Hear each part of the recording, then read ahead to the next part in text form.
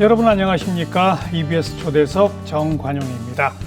오늘은 여러분 좋아하시는 이 국민 강사 김미경 강사님을 초대했는데요. 강연 때마다 항상 이 사람들에게 동기를 부여해주고 꿈을 쫓아라 이런 말씀들을 많이 하시는데 본인 스스로 지금도 새로운 목표를 세우고 도전을 멈추지 않고 계시다고 하네요. 도대체 어떤 도전을 하고 계신지 오늘 좀 이야기를 나눠보겠습니다. 어서 오십시오. 네, 안녕하세요.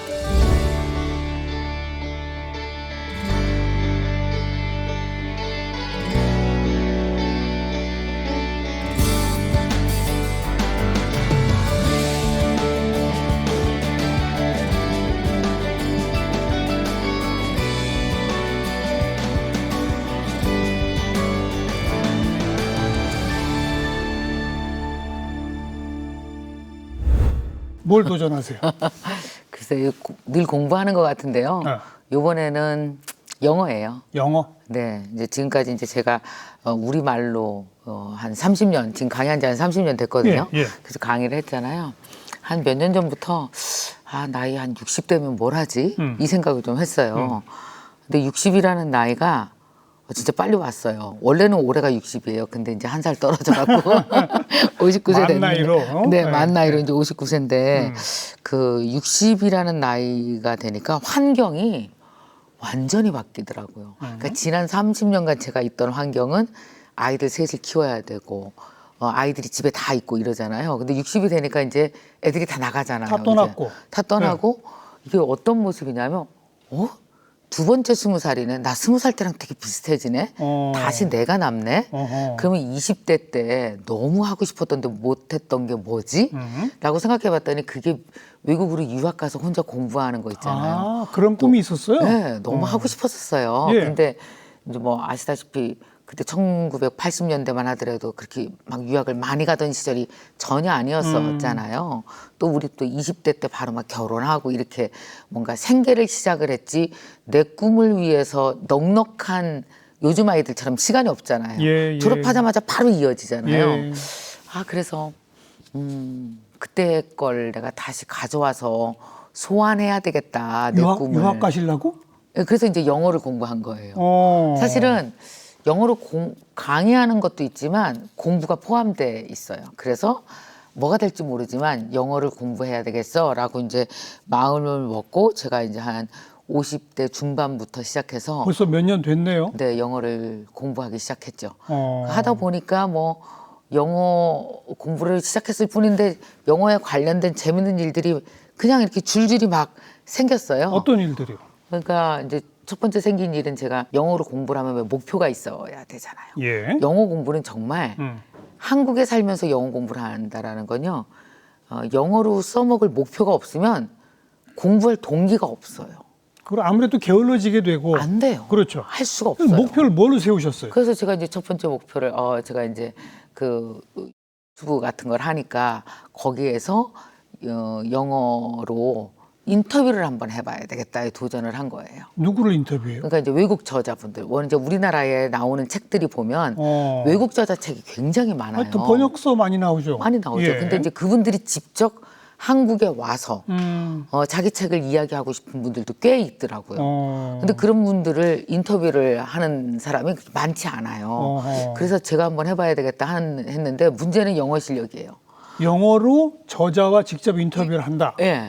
그 인터뷰를 영어를 잘해야 될 것 같잖아요. 잘해야 될 것 같은 게 아니라 잘해야죠. 아니 잘해야 되는데 그게 뭐랄까요 이렇게 실시간으로 그대로 알아듣고 그다음 우리 지금 이렇게 한국말로 하는 것처럼 꼭 그렇게 하지 않아도 할 수 있다라는 생각이 드는 거예요. 사실 영어 인터뷰를? 네, 만약에 이렇게 실시간으로 그냥 다 즉각적으로 귀로 알아듣고 입으로 말하고 또 그 감정의 선을 막 타고 이랬으면 정말 엄두도 못 냈을 텐데 원고를 만들 수 있잖아요. 인터뷰 원고. 네, 인터뷰 원고가 있으니까. 그래서 제가 어떻게 했냐면 용기를 내서 한 분이 인터뷰를 하고 싶다라고 연락이 오셨어요. 그러길래 그냥 무조건 예스 해버렸어요. 네. 물론 떨리지만 그게 누구였냐면 제러드 다이아몬드예요. 총균세 쓰신 총균수의 교수님. 저자. 예. 얼마나 떨렸겠어요, 제가. 예, 근데 예, 예스를 예. 해놓고 일단 제러드 다이아몬드 교수님의 영상을 유튜브에서 다 보는 거예요. 보고 그걸 이제 이렇게 스크립트로 만들어 갖고 입으로 다 자꾸 읽으면서 외워버려요. 그러니까 제로 다이아몬드 교수님이 내가 이 말을 했을 때 어떤 말을 할지 대략 짐작하고 그렇죠. 내가 질문하면 이런 대답을 할 것이다. 네, 그래서 그 단어가 나오고 그 문장이 나오면 이 말씀을 하시고 있구나라고 생각하는 거예요. 사전 예습을 철저히 하신 거구나. 예. 그래서요. 그리고 또 이제 제가 질문해야 될 걸 완전히 이거는 제 영역이잖아요. 그럼 외워야죠. 또 그렇죠. 질문. 외우면 되잖아요. 그렇게 해서 인터뷰를 했거든요. 그래서 그것 마치 생방송인 것처럼 게 진행이 되겠네요. 그러면 네, 됐어요. 그러니까. 너무 잘 됐어요. 그래서 제가 제로 다이아몬드 교수님께 고백을 했어요. 사실 내가 영어를 잘하는 사람은 아닙니다. 다 알아듣고 하는 거 아니었고요. 이렇게 철저히 예습했다고 그랬더니 막 박수를 치면서 예. 뭐라 그러냐면 제로 다이아몬드 교수님도 다른 나라 언어를 6가지 정도로 하신대요. 근데 그 많은 언어 중 반 이상이 다 60 넘어서 시작했대요. 정말요? 네. 그러면서 저보고 뭐라 그러냐면 제가 그때 이제 50대 중반이잖아요. 너는 베이비다. 공부계에서는 베이비에 속한다. 50대 중반은. 그러니까 거침없이 앞으로 이런 식으로 계속 공부를 해라. 그리고 남의 나라 언어를 배우는 동안 사람이 겸손해질 거다.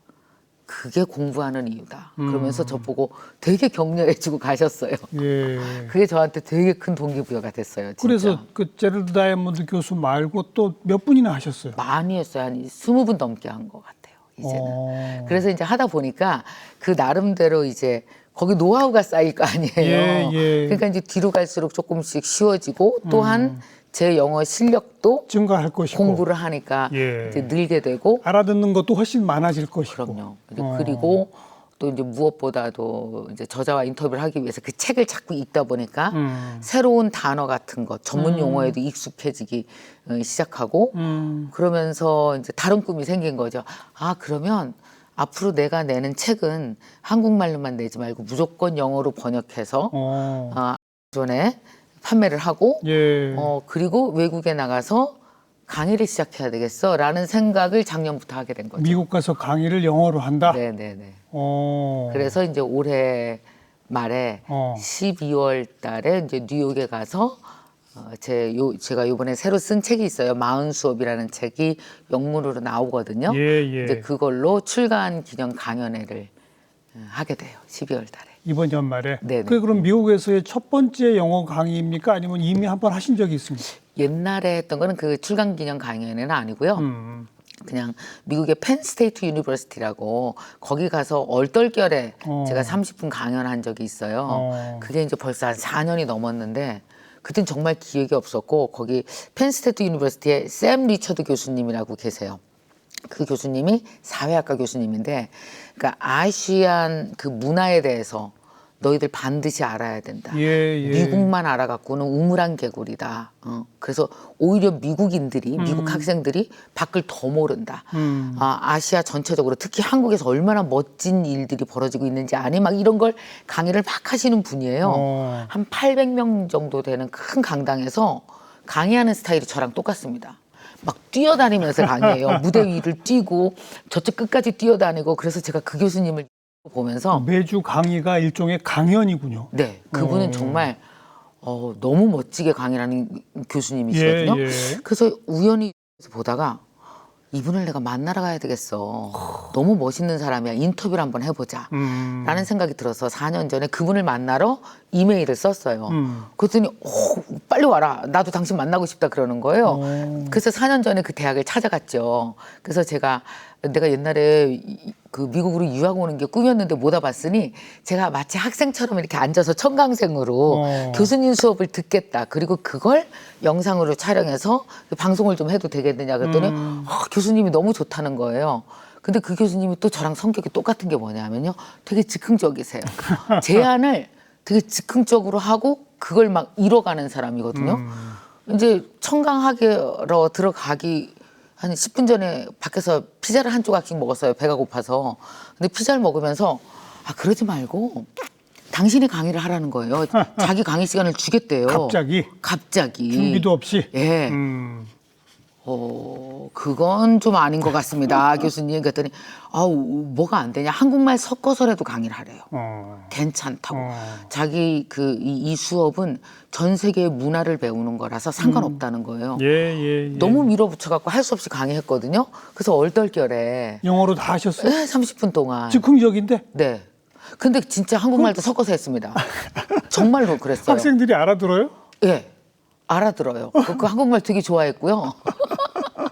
그러면서 나중에는 이렇게 시간을 좀 앞에서 강의하는 게 되게 긴장되잖아요. 그래서 막 저도 막 무대 위 뛰어다니면서 막 질문하고 한국에서 가져간 선물도 주고 막 이러면서 그때 제가 이제 맨 마지막에 이런 말 했어요. 오늘이 내가 영어로 강의하는 게 내 미래의 꿈이다.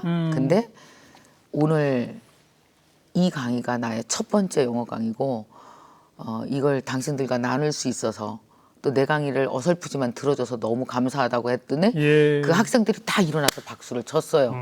그러니까 아마도 저 나이 들어서 그들한테도 세컨 랭귀지는 어려운 과제잖아요. 물론이죠. 미국 분들에게도. 그걸로 강의까지 한다는 건 더더욱 어려운 거죠. 그래서 그런 면에 대해서 저한테 도전하는 것. 네, 도전에 대해서 학생들이 박수를 쳐줬던 것 같아요. 예. 지금까지 30년 한국 강연 시장을 쥐락펴락 해왔으니 뭐 앞으로도 한 1, 20년 이상은 계속 하실 수 있는데 네. 그냥 그렇게 사느니 내가 완전히 새로운 도전을 해야 되겠다. 이게 핵심이네요. 맞아요. 근데 어렵잖아요. 힘들잖아요. 힘든 만큼 좋은 것도 있는 것 같아요. 그러니까 왜 똑같아요. 다르지 않은 것 같거든요. 제가 30대 때 강사라는 당시에 동기부여 강사라는 직업이 희귀했을 때 예. 제가 그때 이제 도전을 해 나갔을 때 도전이 힘들었지만 그 힘든 만큼 저를 만들어 왔잖아요. 예. 전혀 다를 것 같지는 않거든요. 근데 물론 이제 나이가 좀 드니까 체력이 떨어져서 뭐 쉬고 싶은 거는 있는데 대신 이제 속도는 조금 조절할 수 늦어도 있는 거죠. 네. 이제는 그럼 뭐 연말 그 영어 강연은 자신 있으세요? 지금 자신 없어요. 자신 있는 게 어디 있어요? 진짜 어렵거든요. 왜냐하면은 이렇게 외워서 하면은 티가 나기 때문에. 그리고 현장에 즉흥성이 또 있어야 되잖아요. 강연이라는 게. 네. 그래서 제가 한 30분 정도는 제가 강연하고요. 30분은 그 이제 MC가 나와서 저한테 질문하고 인터뷰도 그다음에 비슷하게 Q&A 다 받아요. 질의응답도 하고. 네, 즉석에서. 그러니까 이제 그런 것들에 대해서 다 미리 다 리허설 많이 하고 예, 연습하고 지금도 그거 계속 하고 있는 연습하고 중이죠. 계시고. 네네. 오프라 윈프리처럼 되시고 싶은 게 목표인가? 아니에요. 그냥 저는 제가 원하는 삶을 그냥 한 발 한 발 진행해 나가는 게 그게 되게 즐겁고 기뻐요. 모든 목표를 세우고 네. 노력하고 네네. 가만히 못 계시는 성격이죠? 그건 맞아요. 그냥 왜 주말에 그냥 쉬어라. 그러면 쉬는 계획을 세워요. 그냥 쉬는 계획 있잖아요. 아, 요렇게 다이어리를 정리할 거야. 뭐 책을 요만큼 읽을 거야. 예. 요 정도 이제 누워 있으면서 뭐 이렇게 영화도 보고 할 거야. 이렇게 쉬는 계획을 세우지 그냥 24시간이랑 나랑 관계없이 지내는 건 안 해본 것 같아요. 그냥 멍하니 있는 것도 좋은 거 아니에요? 그러니까 그 멍하니 있는 걸 계획을 그것도 세운다니까요. 계획을 세워서. 멍 이렇게 쓴다니까요. 멍 5시간 이렇게. 네. 그런 게 좋은 것 같아요. 저는. 네. 저자들과의 영어 인터뷰가 벌써 아까 한 20건 이상. 네, 네, 또 그걸 하시게 된 거는 디지털 학교. 네. 그거 아닙니까? 그러니까 사실은 제가 그 코로나 때 예. 되게 힘들었는데요. 강연이 일체 아예 못하니까 사람을 못 모으니까. 그때 왜 아시잖아요. 막 5명도 집합 금지. 집합 금지. 예, 그냥 예. 뭐 4명이 밥도 못 먹는데 무슨 강연을 하겠어요. 그러니까요. 그래서 제가 그때 진짜 완전히 큰일 났다라는 생각을 했는데 어떤 거냐면요. 아니 그냥 강연 시장이 사라지려나 이렇게? 그렇죠. 그런 두려운 생각이 들더라고요. 그렇죠. 코로나 오기 전에 네. 보통 1년에 강연은 몇 개 정도?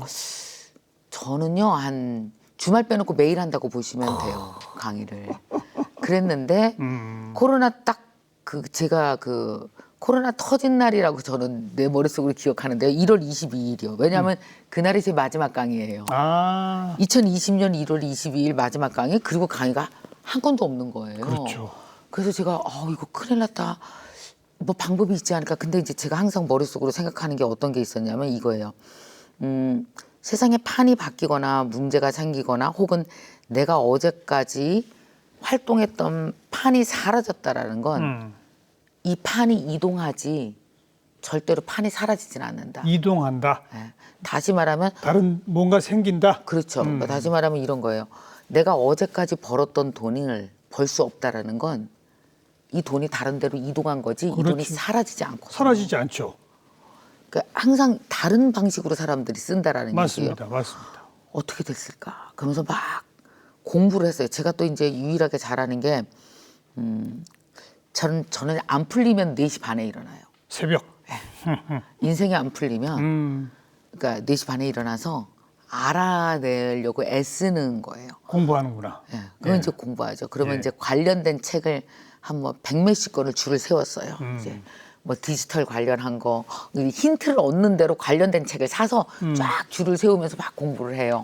그러다 보니까 열심히 막 연구를 하는데 단어 하나가 머릿속에 딱 떠오르는 거예요. 반복해서 나왔거든요. 신문에도 디지털 트랜스포메이션이라는 단어였어요. 그렇죠. 당시에 이제 우리가 못 만나니까 아니 그건 뭐 책 100권 읽을 거 없이 예. 모든 대학이 줌 수업으로 바뀌는 거 딱 보면 몰라요? 그쵸. 이제 디지털로 다 가잖아요. 그러니까요. 근데 일반인들, 개개인들 있잖아요. 뭐 나는 장사를 해. 나는 무슨 가게를 하나 하고 있어. 옷 장사를 해. 이런 사람들이 자신을 디지털이라는 데를 통과해서 먹고 사는 방법을 획기적으로 바꾸는 건 엄청 힘들어요. 그렇죠. 그래서 세상이 다 디지털로 가는데 많은 사람들이 어려워하겠구나. 이걸 알려드려야 되겠다. 예. 그래서 제가 사람들에게 그러니까 온라인, 그러니까 오프라인의 나의 모든 먹거리, 생계를 온라인 기반으로 바꾸는 방법들에 대해서 연구하고 가르쳐드리기 시작했어요. 그러니까 네. 뭐 오프라인 강연을 하시던 걸 온라인 상에서 네. 강연하는 건 기본이고 네. 그게 아니라 여러분도 나처럼 네. 여러분 하시던 일을 디지털로 전환시켜서 이렇게 하시면 됩니다라는 네. 것까지를 하나의 또 새로운 강연으로 만드는 거죠. 그런 거죠. 그래서 플랫폼을 만들었고 이제 저만 변하는 것이 아니라 내가 알고 있는 것들에 대해서 예, 기초부터 다 알려드린 거예요.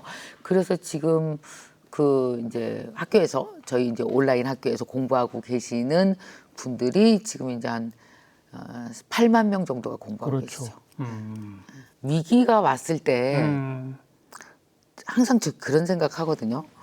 세상의 모든 위기나 나를 위협하는 것에는 반드시 메시지가 있다. 예. 그래서 인생은 위험한 게 아니고 숙제를 푸는 거야. 그래서 저는 코로나가 숙제라고 생각을 했거든요. 그렇죠. 숙제였죠. 그래서 그 숙제를 푸는 실력이 그래도 탁월했던 이유는 2가지였던 것 같아요. 늘 새로운 걸 배우는 거 겁을 안 내고 그리고 또 하나는 루틴이요. 루틴? 예, 그냥 하다 말지 않고 새벽 4시에 일어나서 공부하는 걸 될 때까지 하는 그 루틴 있잖아요. 알겠습니다. 그러니까 꾸준함과 동시에 숙제를 푸는 능력 이 2가지를 갖고 있는 것 같아요. 제가 지난 30년간 이렇게 하면서 그러니까 새로운 숙제가 와도 겁내지 않고 좀 재밌게 이번엔 이렇게 풀어볼까? 그러니까 사실 저의 60 이후의 인생도 숙제인 거거든요. 100살까지 산다는데 어떻게 사는 게 좋아? 이거 나한테 숙제예요. 그럼 또 이제 또 풀어나가는 거죠, 제가. 그렇죠. 예. I can't say no. Though the lights are on, there's nobody home. I want you, color me blue. Anything it takes to make you stay. Only seeing myself when I'm looking up at you. I want you, color me blue. Anything it takes to make you stay. Only seeing myself when I'm looking up at you.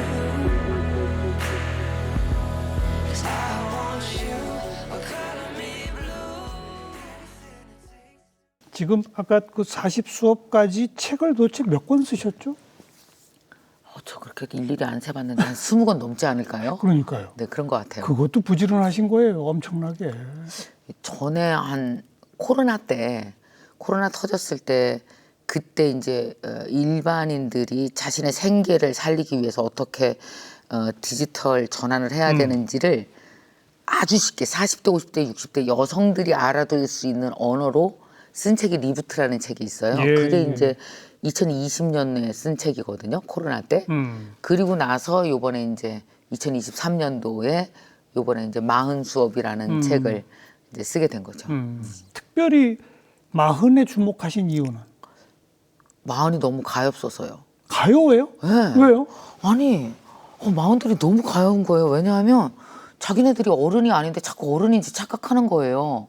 근데 제가 지금 이제 한 60 가까이 살아보니까 어떤 거냐면, 마흔은 애긴데. 애기죠.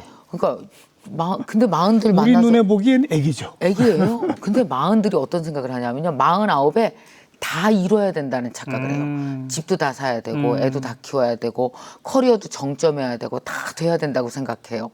그리고 마흔이 어느 정도 완성의 나이라고 생각하는 거예요. 그러다 보니까 자기만 완성을 못한 건 줄 알아요. 남들은 다 좋은 집 있고 애들도 다 잘 키웠고 그런데 나만 그런 줄 알거든요. 예, 근데 예. 마흔들을 직접 들어가서 이렇게 보면 다 집도 반도 못 샀고요. 다 대출이 많이잖아요. 애도 반밖에 안 컸어요. 다 초등학생, 중학생.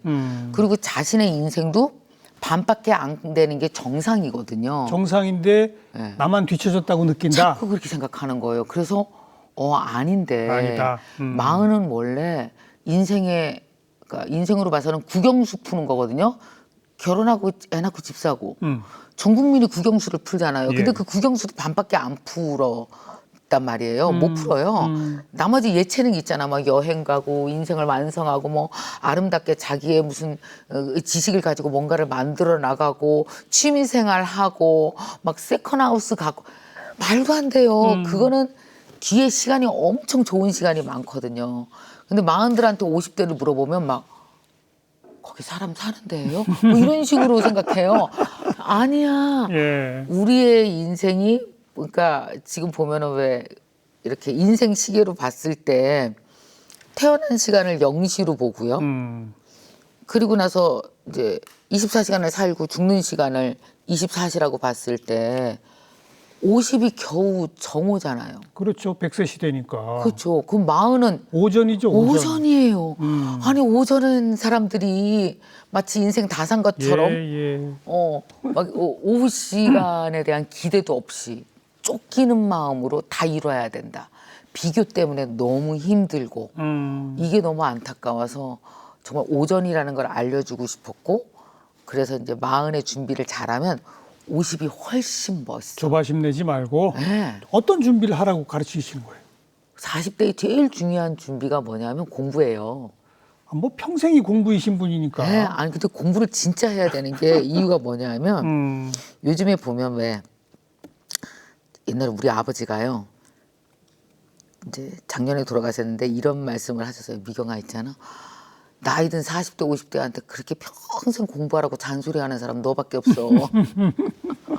근데 저는 진짜 대학을 졸업한 이후 내가 원하는 삶의 모습과 방향을 새로운 공부를 통해서 새롭게 만들어 나가는 걸 내가 직접 많이 해봤잖아요. 그 지금도 하고 계신 걸 네, 지금까지 알려드렸잖아요. 네, 지금도 하고 그러니까. 있고요. 그러면 제가 살아보면서 요즘처럼 새로운 개인을 요구하는 때가 없거든요. 그러니까 항상 시대는 새로운 개인을 요구해요. 자, AI 시대야. 그러면 새로운 개인이 되라고 요구해요. 예. 디지털 시대야. 그럼 또 새로운 개인이 돼야 살 수 있어요. 근데 새로운 개인이 되려고 우리가 이 시대에 맞는 개인이 되기 위해서 고등학교도 다니고 대학도 다니고 공부를 한 거잖아요. 필요한 개인이 되려고. 근데 시대가 변하면 필요한 개인이 바뀌어요. 세상이 변하면 네. 그 변화에 대한 공부를 해야 해야죠. 근데 이거를 하는 게 그렇게 어렵지 않거든요. 이미 우리가 왜 기본으로 깔고 있는 생계에 대한 기본, 인간이 이렇게 살아야 되는 대충 다 알고 있잖아요. 예. 그럼 나머지 요만큼만 공부하면 되거든요. 특히 요즘에 왜 꼭 공부해야 된다고 더 생각이 드냐 하면 요새는 이런 생각이 들어요. 개인보다 세상이 변하는 속도가 너무 빨라요. 빠르죠. 개인의 속도는 너무 느리거든요. 우리는 그렇게 빨리 못 변해요. 음. 근데 세상은 굉장히 빠르게 변하잖아요. 그럼 이걸 안 놓쳐도 되거든요. 개인의 속도는 느리지만 공부의 속도로는 따라잡을 수 있는 거예요. 예. 그래서 이제 이걸 속도를 어차피 우리가 학교를 다시 들어갈 수는 없잖아요. 이 나이에. 그러니까 마치 영어랑 똑같아요. 그러니까 AI도 AI 개발할 수 없잖아요. 그러니까 영어도 왜 내가 장사하면 장사에 필요한 만큼 영어 하면 되잖아요. 그러니까 AI 공부해야 돼. 그러면 나한테 필요한 만큼만 갖다가 쓰면 되는 거거든요. 그렇죠. 뭐 요 정도 공부는 누구나 할 수 있으니까. 근데 이제 나이가 들면 자꾸 포기해요. 포기하고 늦었다고 중요한 생각하고. 건 공부가 목표 없는 공부가 되다 보니까 네, 네. 아까도 직접 얘기하신 것처럼 내가 영어로 강의하겠어라고 하는 목표가 있어야 공부가 체계적으로 되듯이 네. 그래 세상이 변하니까 나도 공부는 해야 돼. 근데 목표가 없어요. 그분들한테 목표를 줘야 되지 않나요? 네, 그게 굉장히 중요하거든요. 근데 요즘에 보면은 인구가 점점 줄어들잖아요. 그래서 50대, 60대 새롭게 공부를 하는 인력을 다시 채용하고 싶은 회사들이 점점 많이 늘어나고 있고요. 그렇죠. 어차피 5, 60대가 다시 사회로 들어가야 돼요. 맞아요. 그러니까 이제 다시 재진입하기 위한 공부들이 있거든요. 근데 이런 것들을 목표를 갖고 좀 하시면 좋겠고 또 하나가 뭐냐면 우리가 100살을 어차피 우리 다 살 거잖아요. 그럼 지금 우리 60 정도만 돼도 너무너무 젊어요. 그래서 저는 뭐가 됐으면 좋겠냐면 디깅너라고 있어요. 들이파는 거예요. 한 가지를. 그러면 한 가지를 10년, 20년 팠어요. 예를 들어서 영문 캘리그라피를 한 5년 했어요. 계속 했어요. 그러면은 디깅너잖아요. 뭐가 된다 이거죠. 그렇죠. 그러니까 취미가 경지에 이르르면 누군가를 가르칠 수가 있거든요. 그 요즘은 엄청난 전문가한테 배우는 게 아니라 다 옆집 전문가한테 배우거든요. 예. 요리도 옆집 전문가한테 예. 배우고 캘리그라피도 옆집 전문가 그리고 왜 이렇게 조경하는 거 있잖아요. 집에서 나는 예쁜 정원을 가꿀 거야. 이 옆집 전문가한테 배우거든요. 요즘이 바로 뭐냐면 커뮤니티 중심의 옆집 전문가 시대예요. 예. 누구나 다 이렇게 나한테 뭔가 배우고 싶어하는 30명, 40명의 커뮤니티, 작은 커뮤니티를 갖고 평생 재미있게, 가치 있게 내 걸 나누면서 돈도 벌고 살 수 있거든요. 예. 이걸 시작하셨으면 좋겠어요, 다들. 저는 그게 진짜 필요한 목표가 되고 공부의 주제가 됐으면 좋겠다는 거죠. 시대 변화의 흐름을 읽으실 뿐 아니라 일반 보통 사람들이 네. 다가갈 수 있는 꿈으로 만들어내시는 탁월한 재주가 있으신 거예요, 그게. 교수님 감사합니다. 제가 하고 싶은 일이 그 일이거든요. 아니, 그러니까. 너무 그리고 실제로 그 결과가 나타나면 너무너무 재밌는 거예요. 제가 그 코로나 딱 터지자마자 어떤 생각이 들었냐면 디지털 5, 60대한테는 되게 어려워. 앞으로 디지털 튜터 시대가 될 거야. 그래서 연세 드신 60대, 70대 분들이 어차피 우리 다 휴대폰에서 모든 게 이루어지잖아요. 근데 이걸 몰라서 힘들어 하시는 분들 쇼핑 못 해. 은행 앱도 못 깔아. 이런 분들한테 디지털 튜터라는 개인 교사가 앞으로는 뜨는 직업이 될 거야. 이미 저하고 제가 이제 각 지역 주민자치센터에서 각종 강좌 개설하잖아요. 네. 제 1번으로 신청 마감되는 게 네. 스마트폰 활용법 강의예요. 예, 그 학생들을 제가 지난 4년간 5천 명을 배출했어요. 그래서 저희 학교에서 공부하고 지금 그 교사로 다 뛰고 있어요. 예. 5, 60, 그러니까 40대, 50대, 60대 선생님들. 예. 그래서 그분들이 정말 어떤 분은 시장 상인의 디지털화를 하는데 나가서 가르치시거든요. 전업주부셨어요. 정말 태어나서 자기는 10만 원도 못 벌어봤대요. 근데 디지털 튜터가 돼서 지금 뭐 한 달에 200만 원, 300만 원씩 버는 사람이 되어졌거든요. 예. 3년 만에 선생님이 된 거예요. 예. 그런 일이 너무 보람 있어요. 원래 음대에서 작곡 전공하셨고 네, 졸업하자마자 광고회사에 다니셨어요. 맞아요. 네. 작곡 전공인데 왜 광고회사에 들어갔죠? 그 작곡이 CM송이라고 아세요? 예. 광고 노래. 15초짜리 광고 노래 그거 작곡하는 걸 갔거든요. 근데 저는 원래 시골 출신이에요. 근데 이제 어렸을 때 이렇게 왜 교회 성가대 같은 데서 노래하고 그러면서 음대의 꿈을 꾼 거예요. 예. 그러고 나서 이제 음대를 가야 되겠다. 그래서 음대를 졸업을 했는데 당시 음대를 졸업하면 이렇게 취업할 만한 데가 많진 않아요. 뭐 학원을 한다라든지 아니면 애들 티칭을 한다든지 아니면 공부를 더 해서 선생님이 된다든지 그렇죠. 뭐 이런데 저는 광고회사에 들어갔어요. 근데 광고회사에 들어가서 제가 진짜 뼈 아픈 걸 느꼈거든요. 뭐요? 뭐냐면 진짜 왜 그 작곡하는 거 있잖아요. 이거는 타고나요. 그러니까 이런 거 있잖아요. 본인은 타고나지 못한 것 같군요. 이게요. 안 타고나도 음대는 들어갈 수 있는 거 아세요? 글쎄요. 들어갈 그러니까 수 음대 들어갈 정도로 음악 실력 있는 것과 음악으로 평생 자기를 먹여 살릴 만큼 음악 실력 있는 것과 다르죠. 정말 달라요. 그걸 느끼셨다. 광고회사에 갔더니 음대 근처도 안 간 왜 그런 분 김태원 씨 부활에 막 이승환 씨 너무 잘해요 음악을. 음대 안 나와도 왜 중학교 때부터 이미 뮤지션. 그렇죠. 우리는 졸업장에 뮤지션 찍어줘야 뮤지션. 와 그런 분들 보면서 와, 저런 분들이 진짜 뮤지션이야 막 이런 생각했는데 그래서 이제 광고회사 이제 조금 다니다가 저는 광고회사 이제 그만두고요. 딱 때려치고 딱 때려치고 첫 번째 문을 여신 게 저는 이제 집에서 피아노를 가르쳤어요. 그러니까요. 이제 애들 레슨하는 거 이제 그때는 이제 생계고 먹고 살아야 되니까. 근데 레슨하면서 제가 발견한 저의 재능 하나가 있었거든요. 뭐예요? 그렇게 엄마들 상담을 잘해요. 제가 말을 잘하시잖아 이렇게. 정말 엄마들이 뭘 궁금해하고 어떤 이야기를 해야 좋아하고 막 이런 걸 아는 거예요. 그래서 제가 이제 엄마들 상담을 잘해서 집에서 한 20명 막 넘게 가르쳤거든요. 근데 이제 나가서 학원을 차렸어야 됐어요. 점점 인원이 너무 많이 드니까 방법이 20명 이상 없죠. 되면 못하죠. 집에서 못하죠. 그러니까요. 시끄럽고. 나갔는데 학원을 차렸는데 대출을 얻었거든요. 너무 겁이 나는 거예요. 대출 안 받아봤는데. 그렇죠. 그래서 새벽에 잠이 안 와요. 네. 그래서 제가 새벽에 학원에 나가서 그때부터 새벽에 이제 나가기 시작했군요. 저희 집에 새벽 내력이 있습니다. 저희 엄마가 이제 저희 엄마는 이제 아주 독실한 크리스찬이신데 우리 엄마 말씀에 미경아 살다가 힘든 일 있으면 일어나. 새벽에. 일어나면 인생 풀리고 누워 있으면 큰일 나는 겨. 그래서 이제 새벽에 4시 반에 나가서 피아노 학원에 이러고 앉아갖고 어떻게 하면 좋아? 그래서 고민하는 거예요. 그러다가 문득 눈에 들어온 게 뭐였었냐면 애들 학생 카드가 있잖아요. 이렇게 뭐 초등학교 몇 학년 뭐 바이에를 치네, 체르니를 치네. 등록 카드가 다 있겠죠. 등록 카드 있잖아요. 그럼 그걸 보다가 느낌이 오는 거야. 얘가 몇 달 안에 학원을 끊을 것 같아. 그래서 그 엄마들한테 내가 이 아이를 얼마나 사랑하고 예뻐하는지에 대해서 편지를 써야겠어. 그래서 편지를 이렇게 써갖고요. 학원 못 끊게 하려고. 갖고 이렇게 해서 왜 레슨비 봉투 있잖아요. 네. 거기다가 이걸 이렇게 넣어갖고 이렇게 보낸 거예요. 정말 깜짝 놀랄 반응이 왔거든요. 학부모들이 자기 아이 피아노 학원 원장한테 편지 받아본 건 처음일걸요. 진짜 처음이었대요. 그러니까.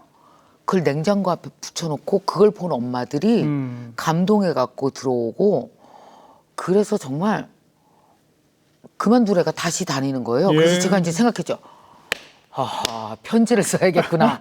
그래서 일일이 다 쓰기 시작했습니다. 그다음부터는. 네. 그래서 정말 1년 반 만에 원생이 200명이 됐어요.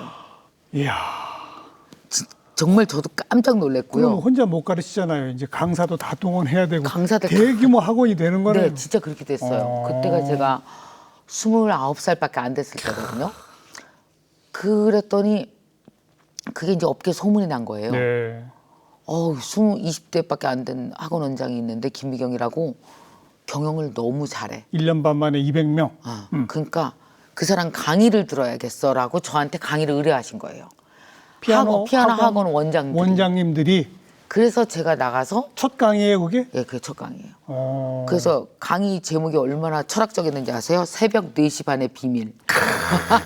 새벽 4시 반에 일어나서 뭘 했는지. 근데 그때 제가 처음으로 한 얘기가 그거였거든요. 두려우면 사업 못합니다. 두려우면 일어나세요. 그거부터 시작했는데 막 사람들이 막 받아줬고 뭐 엄청 열심히. 아니, 자기도 학원 원장 하시는 분 입장에서는 당연히 받아 적어야죠. 받아줬고 막 어떤 사람 울고 막 그래서 제가 대박. 이런 게 직업이 될 수가 있나 봐. 강연이.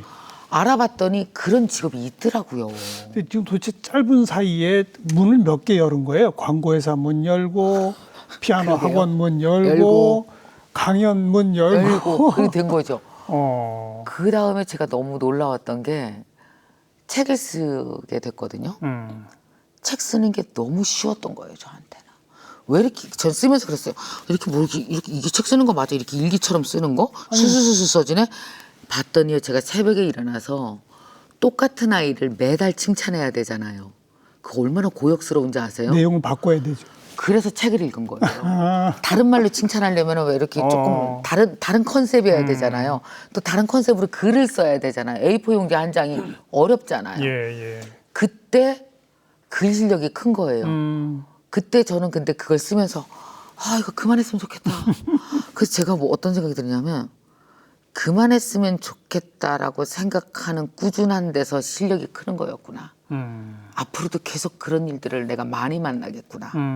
라는 생각을 하잖아요. 그러면 이런 것들을 또 글로 적어놔요. 그럼 예. 그게 나중에 또 강의가 되는 거예요. 그렇죠. 이렇게 막 선순환이 되면서 글로 적어 놓은 게 강의가 되고, 강의가 몇 개 쌓이면 책이 되고, 그렇게 되는 거죠.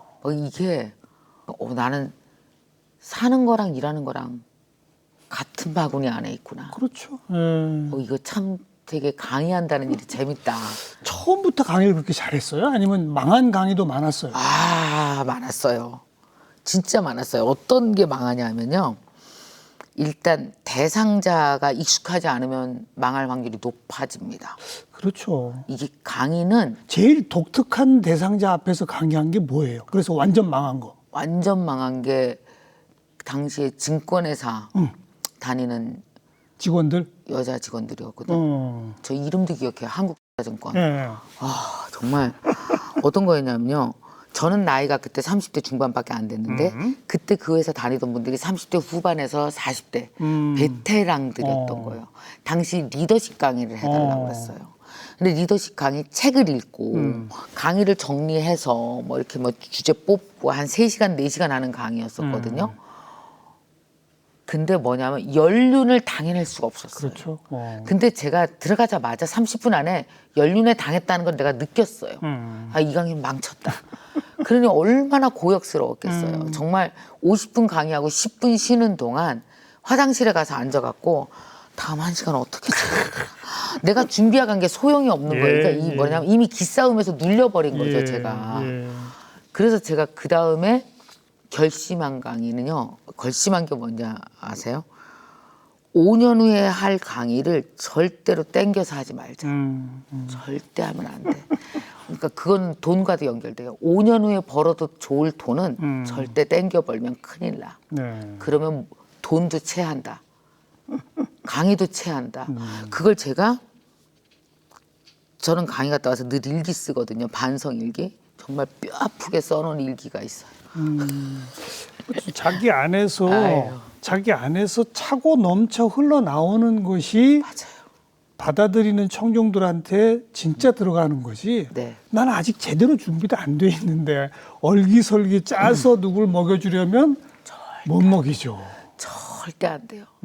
제가 그때 그 강의를 통해서 너무너무 많이 배웠고 예. 어. 아무튼 그렇게 그러니까. 실패한 강의들이 상당 기간 또 있었죠. 그럼요.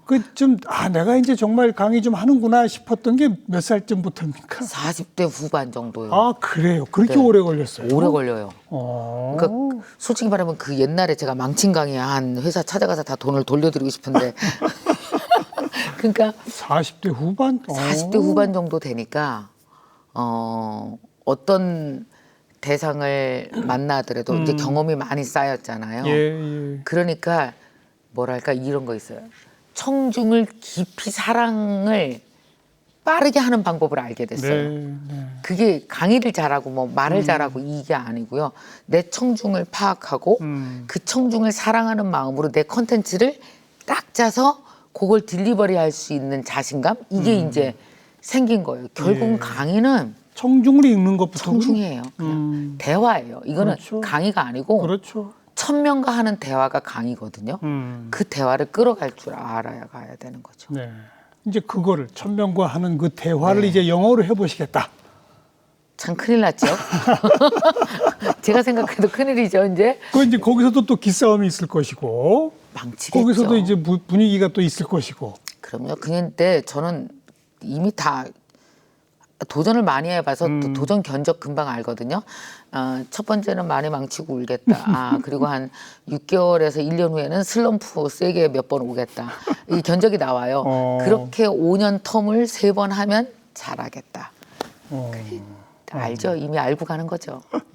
처음부터 잘할 거라 생각 안 해요. 한 그 10년, 15년을 내다보고. 네. 그리고 또 뭐 너무 완성도가 빨라서 5년 후 안에 완성하면 그 다음에 할 일 없잖아요. 그러니까 천천히 하는 거 괜찮아요.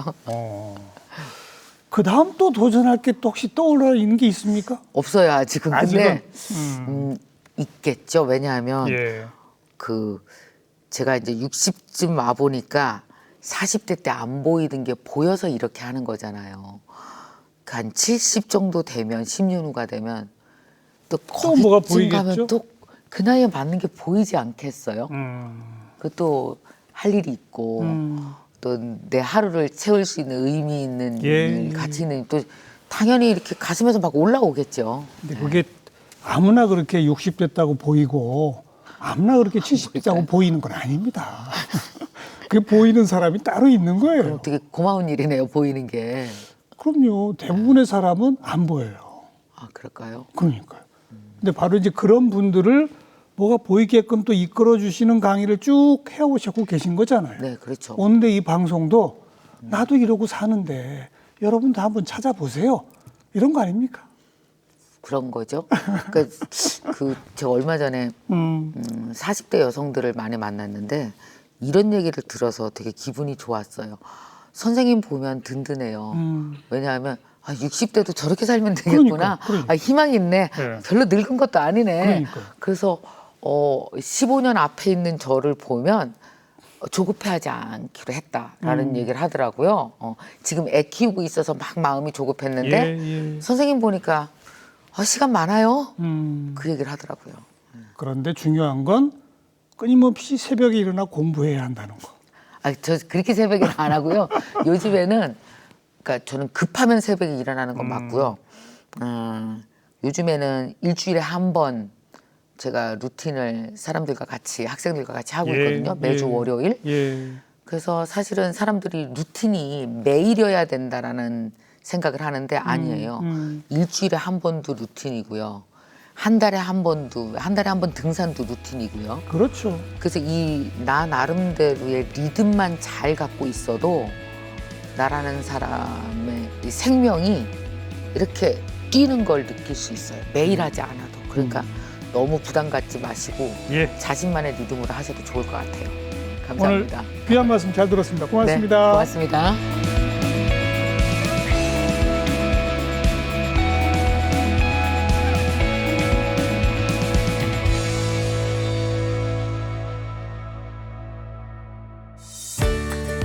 변화가 닥치면 나에게 숙제가 왔구나. 그러면 공부해야지. 그리고 변화해야지. 네, 어찌 보면 단순한 이 마음가짐 하나가 우리 김미경 강사님과 다른 분들의 차이점인 것 같습니다. 크게 배웠네요. 다음 시간 또 뵙겠습니다. 안녕히 계십시오.